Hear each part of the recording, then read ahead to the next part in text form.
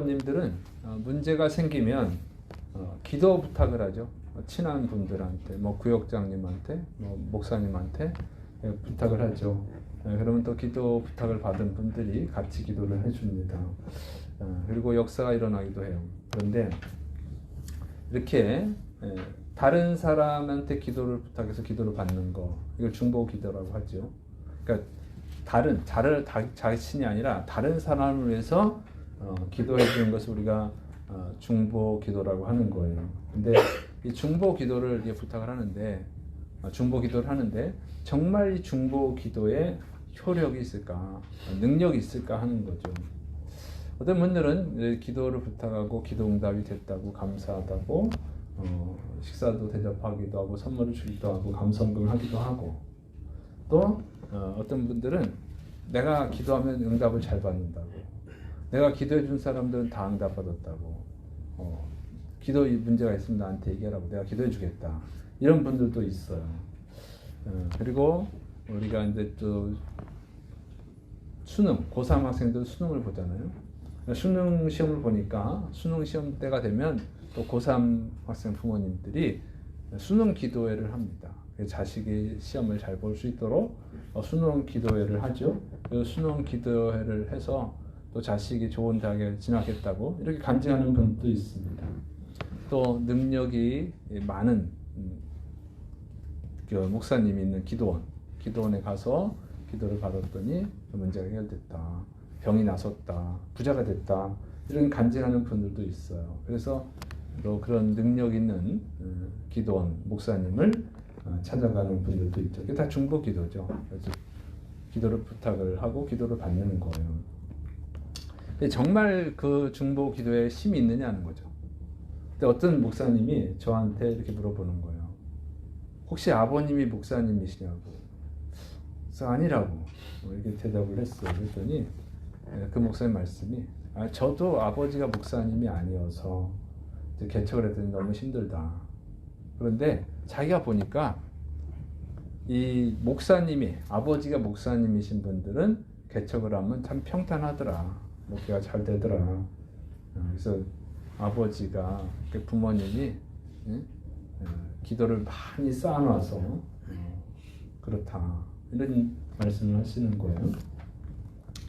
그래서 이제 자기는 아버지가 목사님이 아니어서 기도의 털을 안 닦아놔가지고 목회가 힘든데, 부모님이 목사님, 아버지가 뭐 목사님이고 어머니가 사모님, 또 요즘은 여자 목사님도 있죠.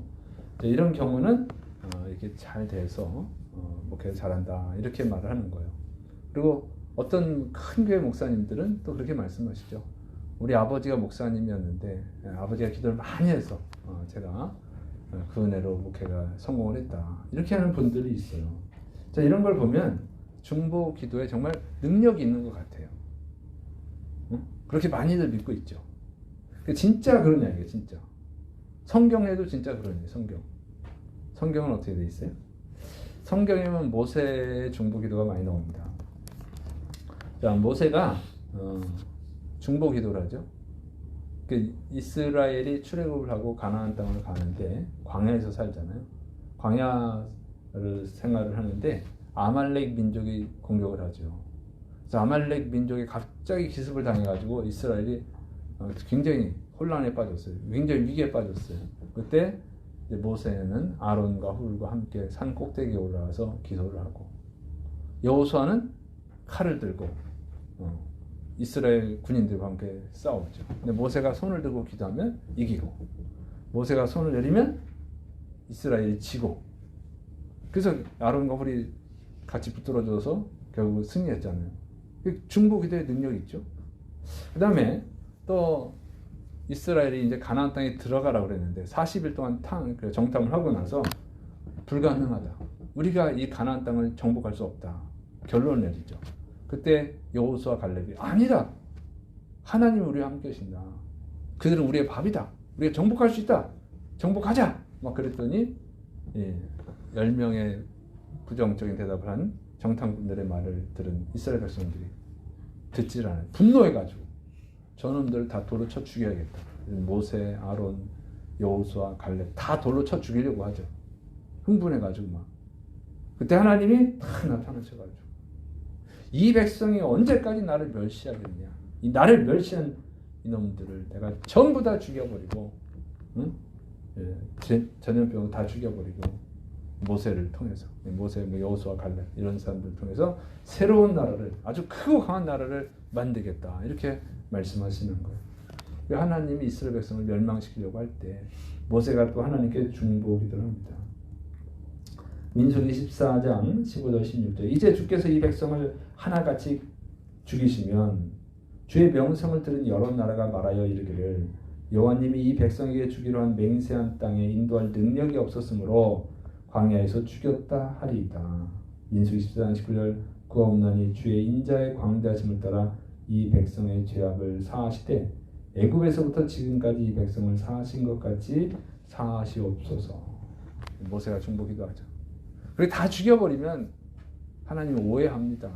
이방인들이 니네 하나님 능력이 없어서 그냥 다 죽였구나. 이렇게 하면 하나님께 영광이 되지 않지 않습니까? 이스라엘 지금까지 용서해 주신 것처럼 또 용서해 주세요. 그랬더니 하나님 응답하세요. 민수기 14장 20절 여호와님께서 이르시되 내가 내 말대로 사하노라. 이스라엘 용서하기로 하셨어요. 중보기도의 능력이죠. 자, 또 이 예루살렘 교회가 베드로를 위해서 중보기도한 게 있어요. 헤롯이 야고보 사도를 죽이니까 유대인들이 좋아해요. 그래서 인기를 얻으려고 이제 베드로 사도까지 죽이려고 감옥에 가두어놨어요. 근데 그때 이제 교회는 기도하죠. 사도행전 10장 5절 이에 베드로는 옥에 갇혔고 교회는 그를 위하여 간절히 하나님께 기도하더라. 베드로까지 죽인다 그러니까 교회가 비상이 걸린 거예요. 그래서 간절히 기도합니다. 근데 그 베드로는 뭐 하고 있냐면 잠을 자는 거예요. 태평하게. 다음 날에 죽을 건데 태평하게 잠을 자고 있어요. 교회는 기도하고 있고 베드로는 자고 있고. 그런데 그날 밤에 어떤 일이 벌어져요? 하나님이 천사를 보내서 베드로를 깨워가지고 감옥 밖으로 끌어내죠. 자, 사도행전 12장 11절 12절 이에 베드로가 정신이 들어 이르되 내가 이제야 참으로 주께서 그의 천사를 보내어 나를 헤롯의 손과 유대 백성의 모든 기대에서 벗어나게 하신 줄 알겠노라 하여. 꿈인 줄 알았어. 근데 바깥까지 나오니까 진짜구나. 꿈이 아니었네. 하나님이 천사를 보내셨구나. 그래서 이 베드로가 어디로 가냐면 감옥에서 나온 다음에 제일 먼저 가는 곳이 교회죠. 깨닫고 마가라 하는 요한의 어머니 마리아의 집에 가니 여러 사람이 거기에 모여 기도하고 있더라. 베드로가 감옥에 갇힐 때부터 풀려서 나올 때까지 계속 기도하고 있었다는 거예요. 그 중보 기도를 받으셔서 베드로를 자유케 해주신 거예요. 구원해 주신 거예요. 이렇게 하면 정말 중보 기도의 능력이 있죠. 그래서 여러분이 자녀를 위해서 기도해야 되고 가족을 위해서 기도해야 되고 전도 대상자를 위해서 기도해야 되는 줄을 믿으시 바랍니다. 기도해야 되는 거예요. 자, 그런데 이렇게 중보 기도에 놀라운 능력이 있어요. 효력이 있어요. 그런데 꼭 그런 것만은 아니다 하는 거예요. 오늘 본문을 보면 사무엘의 중보 기도가 나와요. 하나님이 왕으로 세웠어요. 사울을. 처음으로 이스라엘 왕으로 사울을 세웠는데 이 사울이 하나님의 명령에 불순종하죠. 하나님이 아말렉 민족을 전부 다 멸망을 시켜라. 아말렉 민족은 모든 사람 한 명도 빠짐없이 다 죽이고 아말렉 민족의 소유물 소나 양이든 모든 소유물을 다 불태워라. 진멸해 버려라. 이렇게 명령을 하셨어요. 그래서 그 명령을 받고 사울 왕이 아말렉을 공격해서 승리합니다. 그런데 승리하고 나서 하나님의 말씀에 순종하지 않아요. 다 죽이라는데 다 죽이지도 않고 소유물은 다 불태워 다 죽여라 그러는데 비싼 거 살찐 소, 살찐 양 이런 거 돈 가치가 있는 건 다 살려놓고 돈 가치가 없는 건 다 죽였어요. 그래서 하나님이 진노하시죠. 하나님이 진노하시고 사울을 왕에서 폐하십니다. 그리고 새로운 다른 왕을 세워요. 그게 다윗이죠. 근데 하나님께서 사울을 폐하신다고 그러니까 사무엘 선지자가 슬퍼하는 거예요. 그 사무엘 선지자가 누구예요? 하나님이 사울을 왕으로 세웠지만 사무엘 선지자를 통해서 세우잖아요. 사무엘 선지자가 기름을 부어서 왕으로 세운 거예요. 그리고 사울이 처음에 왕이 됐을 때는 잘 순종했잖아요. 성경에 자세히 기록은 안 되어 있지만 사울 왕이 아마 사무엘 선지자한테 이것저것 많이 물어봤을 거예요. 그러니까 어쨌든 애정이 있어. 애정이 있단 말이에요. 자기가 사랑하는 왕이야. 근데 하나님이 이제 버려버리겠다. 그게 너무 속상한 거지. 그래서 슬퍼한 거예요. 기도한 거예요. 그랬더니 하나님께서 그만하라는 거예요. 사무엘상 16장 1절. 여호와님께서 사무엘에게 이르시되 내가 이미 사울을 버려 이스라엘 왕이 되지 못하게 하였거늘 내가 그를 위하여 언제까지 슬퍼하겠느냐. 너는 뿔에 기름을 채워 가지고 가라. 내가 너를 베들레헴 사람 이세에게로 보내리니 이는 내가 그의 아들 중에서 한 왕을 보았느니라 하시는지라. 그만 속상해라. 그만 기도해라. 이제 끝났다. 그리고 새로운 왕을 내가 세울 거야. 베들레헴에 가면 이세라고 하는 사람이 있어. 그 아들 중에서 세울 거니까 뿔에다 기름을 채워 가지고 가서 내가 지시하는 그 사람한테 기름을 부어서 새로운 왕으로 삼으라. 이렇게 말씀하시는 거예요. 하나님은 사무엘 선지자의 중보 기도를 받지 않으셨어요. 그리고 사울은 결국 버림을 당하고 불행하게 끝났습니다. 중보 기도가 효력이 없었어요. 예수님도 중보 기도를 하셨어요. 대표적인 사람은 베드로, 갈무다입니다. 예수님은 십자가를 지시기 전에 제자들에게 너희가 다 나를 버리고 도망갈 거다 이렇게 말씀하십니다. 그랬더니 베드로가 다른 제자들은 예수님을 버릴지 몰라도 저는 절대로 버리지 않습니다. 주님과 함께 죽는 자리에 가더라도 같이 죽더라도 주님을 배신하지 않겠습니다. 이렇게 말을 해요. 그랬더니 다른 제자들도 무슨 소리야? 너만 그런 줄 아냐? 나도 그렇다. 우리도 그렇다. 다 그렇게 얘기했어요. 근데 그때 예수님이 베드로에게 말씀하세요. 누가복음 22장 32절. 그러나 내가 너를 위하여 내 믿음이 떨어지지 않기를 기도하였노니 너는 돌이킨 후에 내 형제를 돕게 하라. 내가 너를 위해서 중보기도 했다. 내 믿음이 떨어지지 않도록. 그러니까 네가 부인하더라도 다시 돌이켜라. 회개하고 그 다음에 다른 형제들, 다른 성도들의 믿음을 붙들어주라. 이렇게 말씀하시죠. 그리고 결과는 어떻게 돼요? 정말로 예수님을 부인하죠.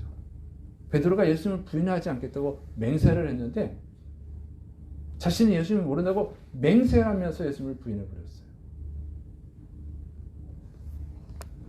실패한 거예요. 그렇지만 결국은 회개하고 다시 예수님의 복음을 전하는 사도가 되어진 줄을 믿으시기 바랍니다. 중보 기도가 성공을 거둔 거예요. 그런데 이렇게 예수님의 기도라고 해서 예수님이 중보했다고 다 성공한 건 아니라는 거예요. 가룟 유다를 위해서도 예수님이 중보하시죠. 예수님이 다른 제자를 위해서 다 기도하신 거예요. 근데 이 가룟 유다를 위해서는 더 특별한 중보를 하시죠. 이 가룟 유다는요, 예수님 팔자죠.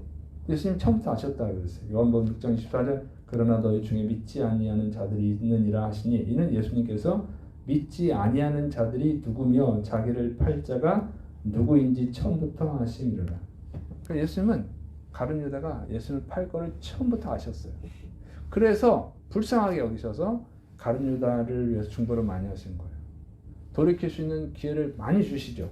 그래서 마지막 식사 때 십자가를 지시기 전에 마지막 식사를 할 때 예수님께서 가룟 유다를 위해서 말씀하시는 거예요.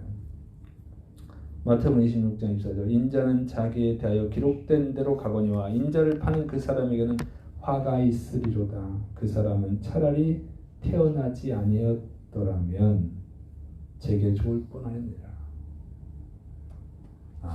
인자, 예수님을 파는 사람, 그 사람은 차라리 태어나지 않았더라면 좋았을 텐데. 그 얘기는 뭐냐면 정말 그 죄는 무서운 죄다. 아주 무서운 형벌을 받는다.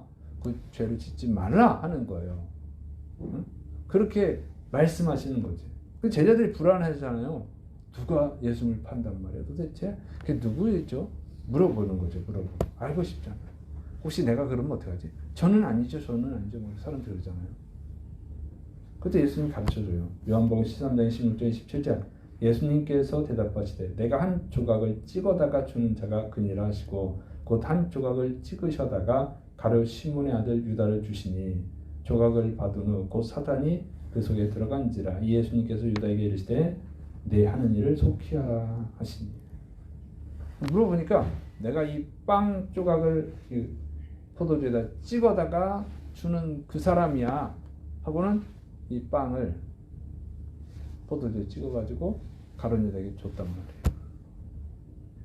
근데 제자들이 몰라요. 설마 이렇게 생각했겠지 아마.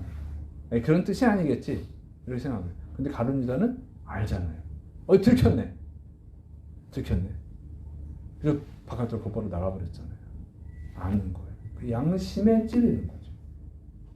예수님은 내가 다 알고 있다. 너 그거 하면 태어나지 아니하면 못한 그런 무서운 형벌을 받는다. 그거 하지 말라 그런 거예요. 기회를 주시는 거예요. 이게 중보예요. 도와주는 거야. 도와주는 거. 그 죄를 짓지 말라고 도와주는 거죠. 예수님이 마지막까지 가룟 유다가 회개할 수 있는 기회를 주려고 노력을 하신 거예요. 왜 예수님은 마지막까지 노력하시느냐? 요한복음 13장 1절 6월절 전에 예수님께서 자기가 세상을 떠나 아버지께로 돌아가실 때가 이른 줄 아시고 세상에 있는 자기 사람들을 사랑하시되 끝까지 사랑하시니라. 예수님은 사랑이잖아요. 하나님은 사랑이라. 예수님이 사랑이에요. 그래서 자기에게 속한 제자들을 사랑하는데 끝까지 사랑하는 거예요. 끝까지 기회를 주시는 거예요. 그래서 이 빵만 찍어준 게 아니라고.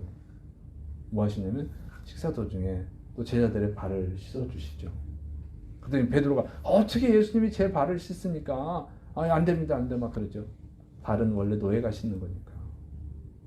예수님의 제자들도 예수님의 발을 안 씻잖아요. 왜? 그건 노예가 할 일이지. 제자가 할 일은 아니니까.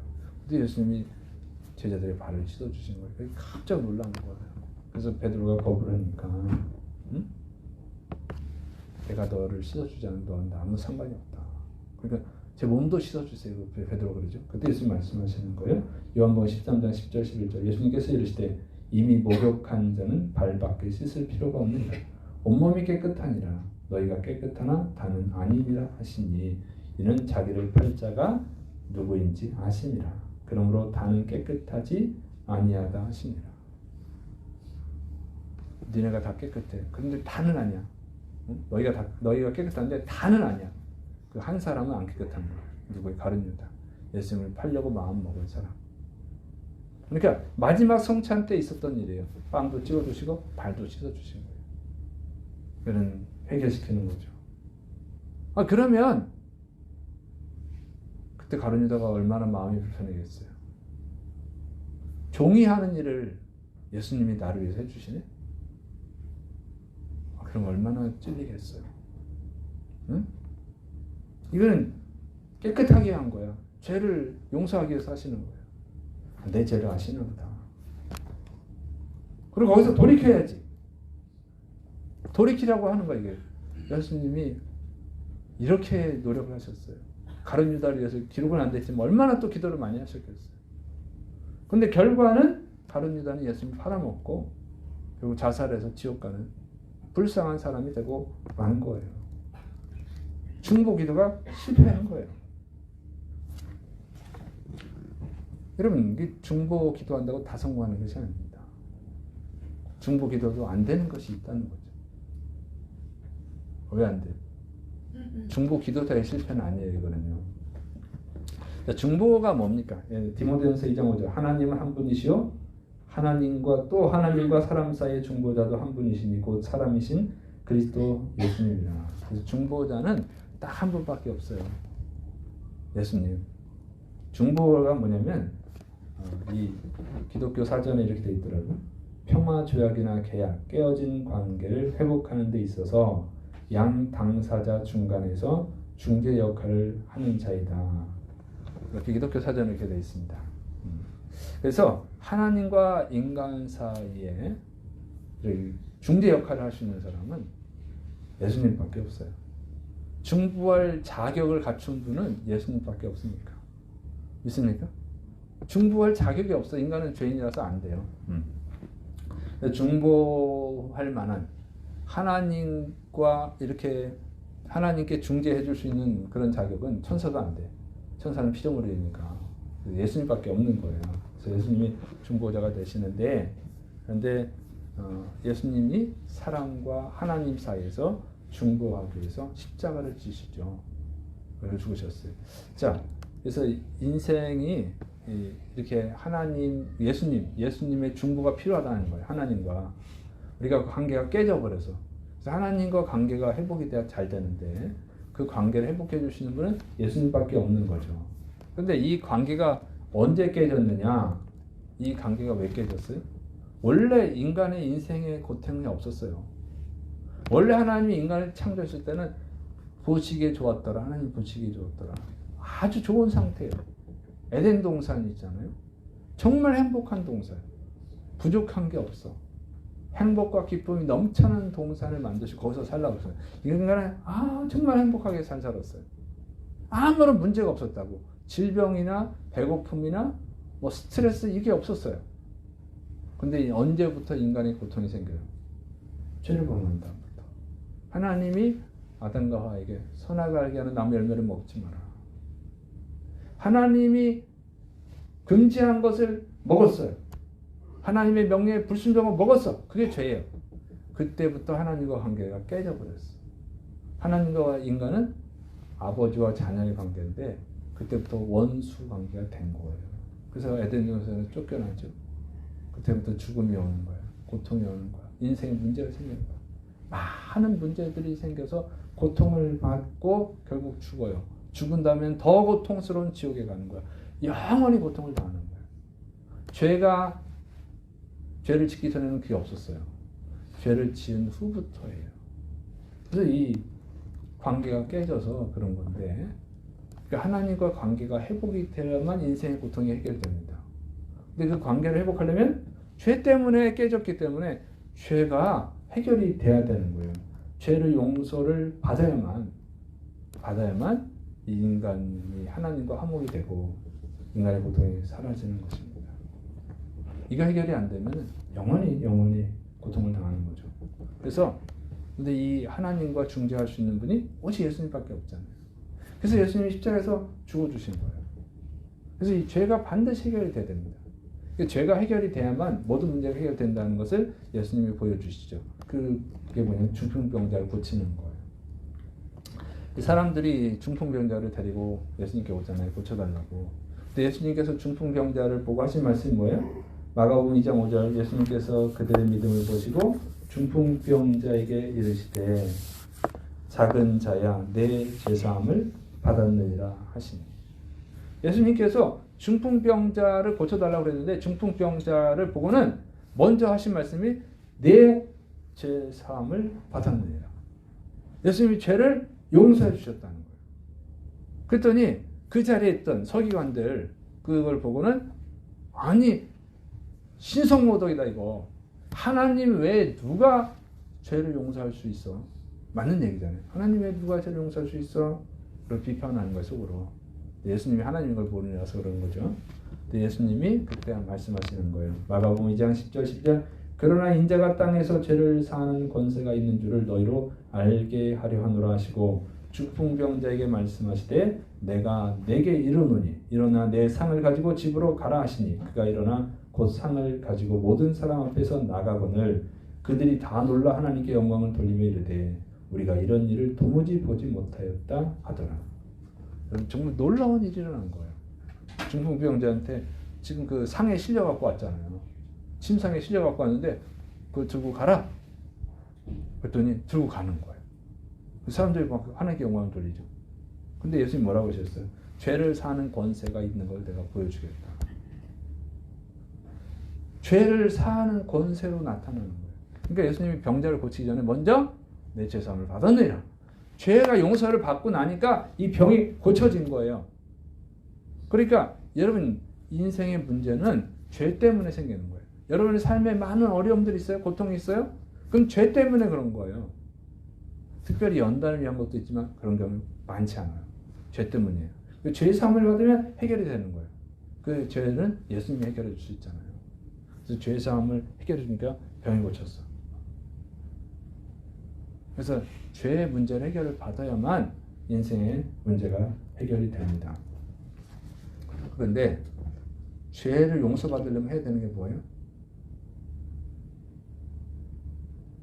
회개해야지. 회개를 해야 되는 거예요. 회개는 누가 해요? 본인이 해야지. 본인이 해결해야지. 남이 대신 회개해 줄 수는 없어요. 중보 기도를 한다고 해서 되는 것이 아니에요. 중보 기도는 할 수 있지만 회개는 본인이 해야 돼요. 본인이 해결해야지 용서받는 거예요. 하나님이 인간에게 자유의지를 주셨거든요. 도움은 주시지만 결단은 자기가 하는 거예요. 선택은 자기가 하는 거예요. 본인이 해야지, 본인이. 그래서 특별히 하나님의 임재를 알려주기 위해서, 하나님을 믿게 하기 위해서 제한적으로 하나님이 그 본인과 상관없이 기적을 일으키시긴 해요. 그러나 그건 일시적인 거예요. 본인이 중요한 것은 결정적으로는 본인이 해야 된다. 특별히 영혼권에 있어서는 본인이 회개하고 본인이 예수 믿어야 되는 거지 중보 기도한다고 되는 것이 아니에요. 근데 중보 기도에 대해서 너무 큰 환상을 갖고 있는 거예요, 사람들이. 참고 요거 하나 더 말씀드리고, 그러면 나 예수 믿고 죄사함 받았는데 왜 인생에 문제가 생기죠? 그런 분들이 있을 거예요. 또 죄 지으니까 그렇지, 또 죄를 지으니까. 그 문제는 계속 죄가 해결이 되기 전에는 계속 반복이 되는 거예요. 그래서 우리가 죽고 천국에 가야만 비로소 완전한 구원에 이르게 됩니다. 자, 그래서 중보 기도에 너무 큰 환상을 갖고 있으면 안 된다, 그렇게요. 근데 중보 기도에 대해서 너무 큰 환상을 가지고 있는 분들이 있어요. 내가 기도해주면 다 응답받아. 아우, 저 사람한테 기도부터 하면 다 해결되지. 그럼 미신적 신앙이에요. 기독교 신앙이 아니라 미신적 신앙입니다. 그게 어디서 나온 거예요? 미신에서 나온 거예요. 샤머니즘이야. 우리나라는 기독교가 들어오기 전부터 옛날부터 조상님들이 비나이다, 어? 산신령께 비나이다, 뭐 이러고 했잖아요. 옥황상제께 비나이다. 왜? 내가 기도를 많이 하면 우리 가족이 잘 될 거야. 내 자식이 잘 될 거야. 너는 공부만 열심히 해라. 나는 가서 기도할게. 이런 거 하잖아요. 과거 급제하게 이렇게. 과거 급제하게 달라고 산신령께 뭐 옥황상제한테 빚는 것처럼 오늘 기도회를 하는 거예요. 수능 기도회를. 그냥 내가 기도하면 자녀가 잘 된다고 하는 건 미신이에요. 신앙의 대상을 우상에서 하나님께로 바꾼 것 뿐이지. 그래서 지금 기독교 신앙과 미신이 접목되어 있는 거예요. 네. 그거는 성경적 신앙이 아니라 엉터리 미신적 신앙입니다. 우상과 합쳐진 것. 근데 그럴 게 굉장히 많죠. 기독교 신앙에 그런 게 많이 들어와 있어요. 그래서 가게 흐르는 저주를 끌어라. 한참 또 베스트셀러가 됐어. 내가 잘 안 되고 그런 거 보니까 우리 조상님이 잘못해서 그래. 그런 것 같아. 딱 맞는 것 같죠? 조상이 잘못해서 내가 잘못한, 내가 어려워. 내가 잘못하면 내 자식도 어렵겠구나. 이렇게 생각을 하는 거죠. 그 여러분 미신이야, 미신. 근데 아직도 그걸 믿는 분들이 많아요. 목사님들 중에도. 여러분 그건 성경적 신앙이 아니에요. 성경에 분명히 기록하게 되어 있습니다. 에스겔서 8장 19절 20절. 그런데 너희는 이르기를 아들이 어찌 아버지의 죄를 담당하지 아니하겠느냐 하는도다. 아버지가 죄를 지으면 아들이 그 죄를 담당하지, 그런 말이에요. 왜 그렇게 말하냐 그게. 아들이 정의와 공의를 행하며 내 모든 윤리를 지켜 행하였으면 그는 반드시 살려니와 범죄하는 그 영혼은 죽을지라. 아들은 아버지의 죄악을 담당하지 아니할 것이요 아버지는 아들의 죄악을 담당하지 아니하리니 의인의 공의도 자기에게로 돌아가고 악인의 악도 자기에게로 돌아가리라. 이게 공의 하나님이에요. 우리 하나님은 자기 잘못한 거 자기가 대가를 받는 거고 자기가 잘한 거 거기에 대해 자기가 상을 받는 것이다, 그 얘기죠. 믿습니까? 근데 그런데 왜 조상이 잘못하면 자식이 잘못되고 조상이 잘하면 자식이 잘 되는 경우들이 있는데 왜 그러지? 이렇게 생각하는 분들이 있죠. 그 환경적 영향이지요. 환경적 영향. 부모가 술, 담배 하는 집안은요, 자식들도 술, 담배 해요. 부모가 술, 담배 한 저주를 받은 게 아니고 그게 환경이 그런 데서 자라니까 술, 담배 하는 게 자연스러운 거예요. 여러분 그게 자연스럽지. 부모가 그렇게 집안 환경이 그러니까. 부모가 공부 열심히 한 집안은 자식들이 공부를 열심히 하죠. 부모 환경이, 가정 환경이 그래서 그런 거예요. 여러분 우리나라는 김치 먹는 게 전혀 이상하지 않잖아요. 어릴 때부터 먹으니까 김치 먹어야 밥 먹은 것 같지. 해외여행 나가면 하루 이틀 지나면 김치가 생각난다고. 그렇게 자라서 그런 거예요. 그렇게 자라서. 저주를 받은 게 아니고, 김치 저주를 받은 게 아니고 김치를 안 먹으면 죽는 저주를 받아서 그런 게 아니에요. 김치를 어렸을 때 먹어서 그런 환경에서 자라서 그런 거야. 믿습니까? 그걸 이상하게 해석을 해요. 우리나라 애들도 입양을 보내든지 어릴 때 저기 미국으로 가서 살면 김치 먹을 일이 없어서 김치 못 먹어. 김치 안 먹고도 잘 살아요. 그런 거예요. 그러니까 또 부모가 기도하면 뭐 자식이 다 잘 되고, 부모가 잘 안 하면 자식이 잘못되고, 그런 게 아니고 부모가 신앙생활을 잘하면 그 신앙이 환경에서 자라기 때문에 신앙생활을 잘하고, 그러면 본인이 잘하니까 하나님께 축복을 받는 거지. 부모가 신앙생활을 잘못하면 자식도 그 환경이 그러니까 신앙생활을 잘 못하게 돼 있어요. 그러면 자식이 복을 못 받는 거지. 그러니까 여러분 부모가 예수님을 안 믿고 무당을 섬기고 했는데도 불구하고 큰 목회를 하는 목사님도 있어요. 부모가 예수님도 안 믿고 우상 숭배하고 가난했음에도 불구하고 자식은 크게 성공한 사람도 있잖아요. 우리나라 현대그룹의 정주영 회장, 그 부모가 뭐 공부를 잘했습니까? 부자였습니까? 자기가 성공했잖아요. 자기가 잘해서. 중국에는 알리바바 그룹을 만든 마인이라고 하는 사람, 가난했잖아요. 키도 조그맣고 못생겼어. 부모도 형편도 안 좋아. 성공했잖아요. 자기가 잘해서.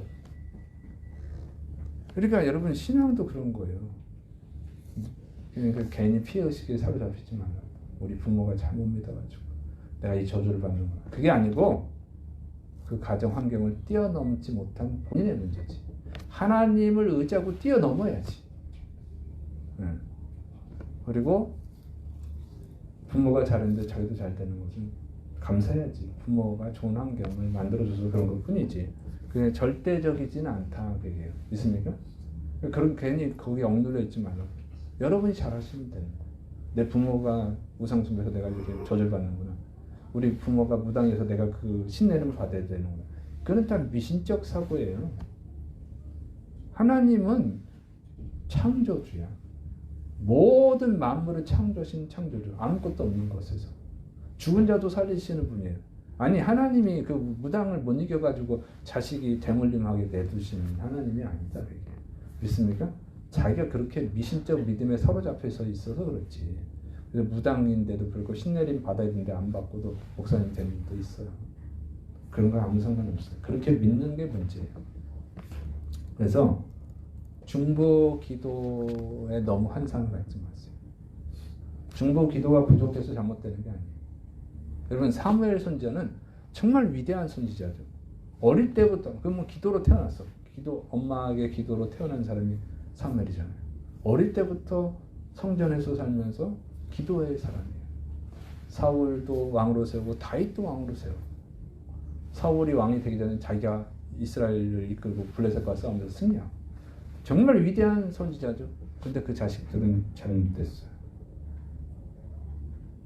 그 자식은 특이하게도 인정을 못 받아요. 하나님께도 인정 못 받고 백성들한테도 인정 못 받았습니다. 그러면 중보 기도를 안 했을까? 사무엘 선지자가. 사무엘상 12장 23절 나는 너희를 위하여 기도하기를 쉬는 죄를 여호와님 앞에 결단코 범하지 아니하고 선하고 의로운 길을 너희에게 가르칠 것입니다. 기도하는 것을 쉬는 죄를 짓지 않겠다. 사무엘 선지자는요, 기도하는 걸 쉬면 죄라고 생각하는 사람이에요.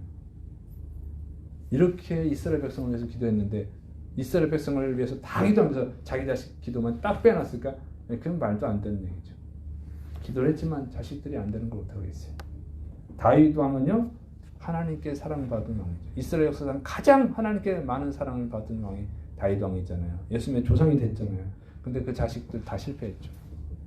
다윗의 자식들 중에서 제일 성공하는 사람이 솔로몬인데 솔로몬 초기에 잘못하고 처음에 잘했는데 말년이 안 좋죠. 잘못했잖아요. 맨 마지막에 가서 이제 회개하고 전도서 썼다고 이렇게 우리가 이해하고 있습니다만은 부끄러운 면이 많잖아요. 본받을 왕은 아니잖아요. 예수님은 가룟 유다를 위해서 기도했는데 왜 실패합니까? 예수님의 실패요? 아니, 가룟 유다의 실패죠. 그래서 중보 기도라고 하는 것은 도움을 주는 정도다. 이렇게 생각하시면 돼요.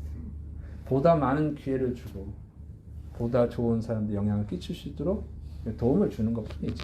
그러니까 이 점 이렇게 생각하시면 돼요. 애가 공부를 안 하는데 열심히 부모가 돈 벌어서 공부하라고 도와줄 수는 있어요. 학원도 보내줄 수 있어요. 그게 중보하는 거예요. 근데 본인이 공부를 안 하면 아무 소용이 없죠. 아무리 학원을 보내주면 뭐야, 공부를 안 하면 시간대가 오면 소용없어. 근데 자식이 공부하고 싶어요. 학원 좀 보내주세요. 그럴 때 학원을 보내주면 엄청난 효과가 있겠죠. 이런 차이예요. 그래서 본인이 해야 된다. 만약에 여러분 본인이 안 하고 중보 기도로만 다 된다 그러면 어떤 일이 벌어지겠어요? 야, 넌 공부하지 말고 편히 자고 맛있게 먹고 내가 기도 열심히 할게. 그 수능 시험을 봐서 만점을 가져. 중보 기도만 했는데 이런 일이 벌어지면 어떻게 되겠어요? 축구 선수가 있는데 부모가 보니까 축구 훈련하고 연습하는 게 너무 안쓰러워. 안타까워. 그래서 내가 너를 위해서 중보 기도할 테니까 금식 작정 40일 금식할 테니까 너는 아무 훈련도 하지 마. 시합에만 나가라. 그랬더니 골을 막 넣어가지고 MVP가 되고 이렇게 되면 어떻게 돼요? 그러면 어떤 일이 벌어지겠어요?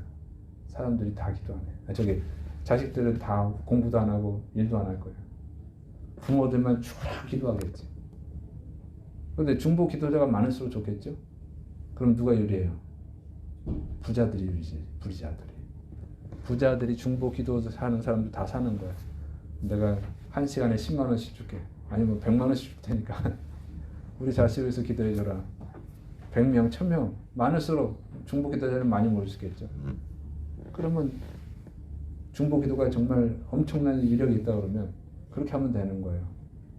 그러면 중보 기도를 많이 받는 사람은 다 성공하고 공부 잘하고 그렇게 되겠죠. 근데 그걸 하나님이 원하시겠어요? 그럼 가난한 사람들은 맨날 실패자야. 맨날 인생의 문제 속에서 허덕이면서 살아야 돼. 부자들만 행복하게 사는 거예요. 그걸 하나님이 원하시겠네요. 그런 일은 있을 수가 없어요. 하나님은 공의의 하나님이세요. 그런 일은 용납하지 않아요. 하나님이 그런 걸 용납하지 않아요. 중보 기도는 좋은 환경을 조성해주는 그 정도로 생각하시고 조금 도와주는 거다 이렇게 생각하시면 돼요. 결정적인 건 본인이 해야 됩니다. 본인이. 믿습니까? 본인이 해야지. 본인이 하려고 할 때 중보 기도가 효력이 있는 거예요. 특별히 예수님을 믿게 하려고 하나님의 살아계심을 보여주기 위한 어떤 특별한 사건을 위해서 하나님의 의사와 상관없이 기적을 일으키긴 하지만 그 외에는 아니에요. 본인이 해야 될 줄을 믿으시를 축원합니다. 그래서 자꾸 중보 기도 부탁하고 자기는 기도 안 하고 목사님 무슨 기도해 주세요. 그리고 그 기도 응답받았네. 제가 무슨 기도 부탁했죠? 중보 기도만 시키고 제게는 안 한 거야. 이러면 안 돼요, 여러분. 본인이 하셔야 돼요. 내가 기도하고 내가 하나님을 의지하고 내가 하나님의 뜻에 순종할 때 중보 기도하는 것이 효력을 발휘하는 거예요. 그러나 내가 하지 않으면 아무 소용이 없어요. 그래서 특히 영혼권은 마찬가지. 더더욱 그렇습니다. 여러분 자식들한테 괜히 환상을 심어주지 마요. 내가 기도해 줄 테니까 너무 걱정하지 마. 그런 건 교만한 거예요. 영혼을 지옥으로 끌고 가는 거예요. 중보 기도하면 우리 부모님이 나를 위해서 이렇게 기도하는데 내가 이렇게 살면 안 되지. 그게 생각이 나서 내가 정신 차려야지. 그런 도움을 주는 거예요. 그건 나도 기도해야지. 이렇게 되는 거지. 우리 부모님이 기도하니까 나 아무것도 할 필요 없어. 아무 걱정도 없어. 그냥 이렇게 편하게 살면 돼. 이거는 굉장히 잘못된 것이다. 그래서 자녀들한테도 엉뚱한 미신신앙을 심어주지 마시고 내가 노력을 해도 내가 노력해서 기도하지만 결국 네가 해야 된다. 네가 믿어야 된다. 네가 열심히 해야 된다. 이렇게 잘 가르칠 수 있기를 축원합니다. 그래서 한 명도 실패하지 않고 다 승리할 수 있도록 또 여러분 자신을 위해서도 기도하세요. 안타까운 것은 사순절 기간인데 기도를 안 하시는 것 같아요. 새벽 예배도 나오라고 그러는데 죽어도 안 나오는 사람도 있어. 죽어도 1년에 단 한 번도 안 나오는 사람도 있어. 참 안타깝다. 그러면서 목사님한테 자꾸 기도만 부탁하고 구역장님한테 자꾸 기도만 부탁하고 마음의 평안을 가지시면은 어느 날 번개불에 맞는 거예요. 그러지 마시고 열심히 여러분이 기도하시길 바랍니다. 그리고 하나님을 체험하시고 또 가족들한테 자녀들에게도 네가 기도해야 된다. 네가 믿어야 된다. 네가 노력해야 된다. 가르쳐 주세요. 그래서 올바른 신앙생활하시고 하나님을 체험하시고 하나님의 놀라운 은혜와 축복을 받으시고 온 가족이 또 구원받는 축복을 받으시기를 축원합니다. 기도하겠습니다. 사랑이 많으신 하나님 아버지, 오늘도 주의 말씀으로 우리를 가르쳐 주시니 감사를 드립니다. 주의 은혜를 베풀어 주옵소서. 주의 백성들이 남한테만 부탁하는 것이 아니라 자신이 하나님 앞에 무릎을 꿇는 자들이 되게 하여 주옵시고, 또 자녀들이 있다면, 가족들이 있다면 그 가족들이, 그 자녀들이 주님 앞에 무릎을 꿇도록 잘 신앙 교육을 할 수 있도록 은혜를 내려 주옵소서. 구원의 역사에 임할 줄로 믿습니다. 이러신 그 예수님의 이름으로 감사하며 기도드립니다. 아멘.